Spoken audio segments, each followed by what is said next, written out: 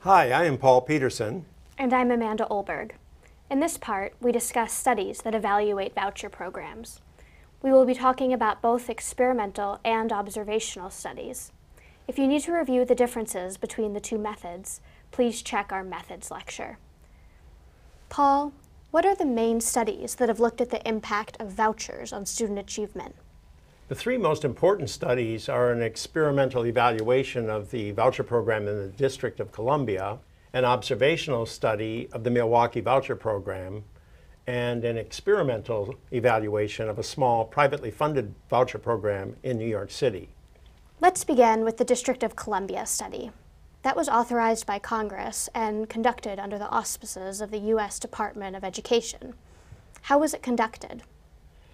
It's an experimental study. The Opportunity Scholarship Program, a voucher program for 2,000 low-income students in the District of Columbia, was signed into law in 2004 by George Bush.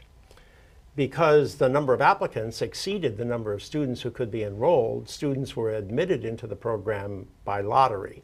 Thus, the evaluation of the program could take advantage of a lottery to conduct an experiment that would allow them to estimate the impact of the program on student achievement over a 5-year period. And what did the study find? Well, Patrick Wolf, who led the study, and his colleagues found that there was some indication of positive effects on reading performance after the 5-year period ended, but they didn't find any positive effects on math performance. Its most important finding was that it found a substantially bigger impact on high school graduation rates if the student went to a voucher school. Students were about 20% more likely to graduate from high school than the students who remained in the traditional public schools because they lost the lottery. How about in Milwaukee? How was that program studied? Well, it turned out that Patrick Wolf also headed this research in Milwaukee, but he was unable to do the experimental study because no lotteries were used in Milwaukee. Instead, the researchers did an observational study that compared voucher students to students with similar academic and social backgrounds, students who remained in public schools. So once again, they followed students over a 5-year period and looked to see whether or not students learned more in the private schools. And what did they find?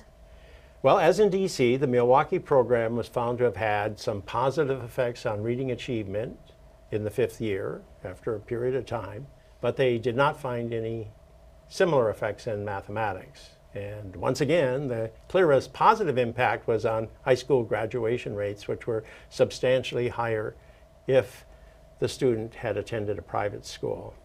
Paul, you were the person who led a study of a privately founded voucher program in New York City. This was the first study to look at voucher impacts on college enrollments. How did that voucher program begin? Well, it began a long time ago because it takes a long time, Amanda, for students to get to college once they start in elementary school.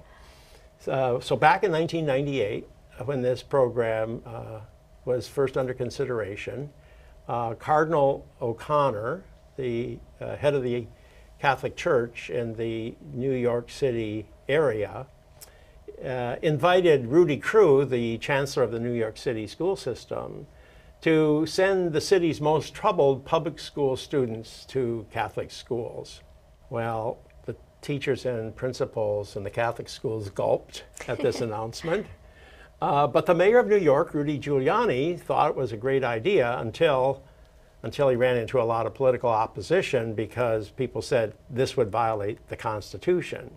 This was before the 2002 Zelman decision, which we discussed in a previous lecture, and so it was unclear at that time whether or not a voucher program violated the Constitution.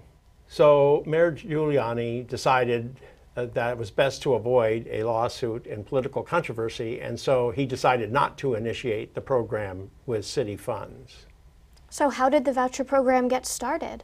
Well, that's where the private sector came into being. A group of Wall Street investment bankers, worried about New York City schools, established the School Choice Scholarships Foundation.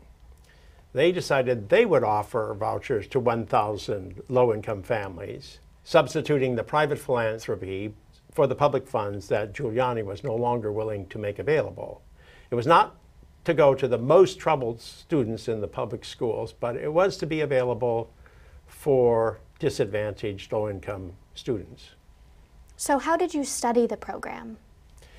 Well, because there were scholarships for only 1,000 families, a lottery was held to choose among the over 20,000 applicants for the program.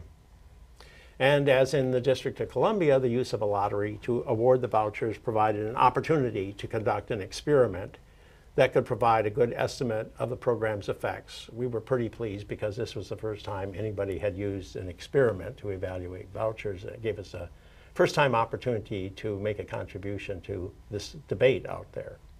So how much were these scholarships worth?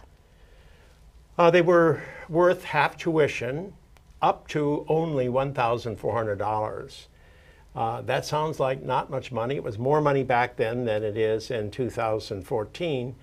But it's also the case that the voucher was fairly adequate because Catholic schools at the time charged very low tuition. And it was also the case that the voucher was often supplemented by scholarship money from other sources, such as the school itself. And so how were you able to then do the college enrollment study? Well, that was sort of an accident. We didn't plan it from the beginning, although we did keep information about the students over a long period of time. And then eventually we learned about the National Student Clearinghouse, which has information on nearly every student in the United States who goes to college, because to get financial aid, you have to provide information about yourself.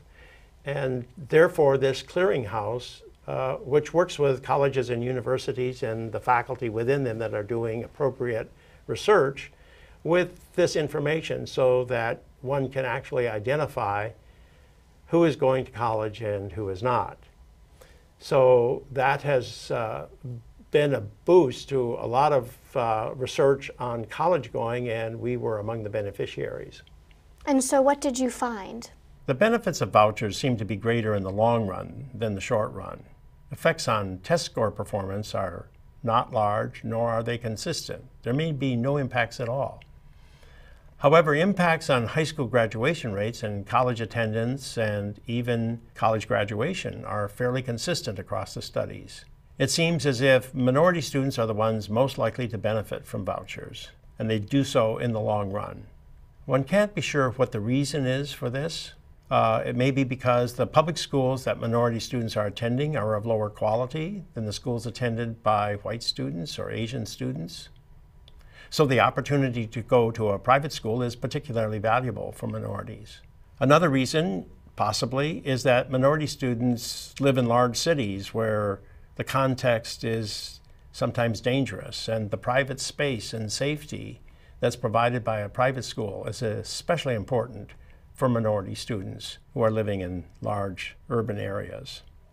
Okay, so we have a good sense of how voucher programs affect the students who are attending the private schools. But what about the effect that voucher programs have on the public schools in the vicinity? Well, that has been a controversial question. Some people have concerns about the effects of voucher programs on the public schools. So let's delve into that topic in the next part of this lecture.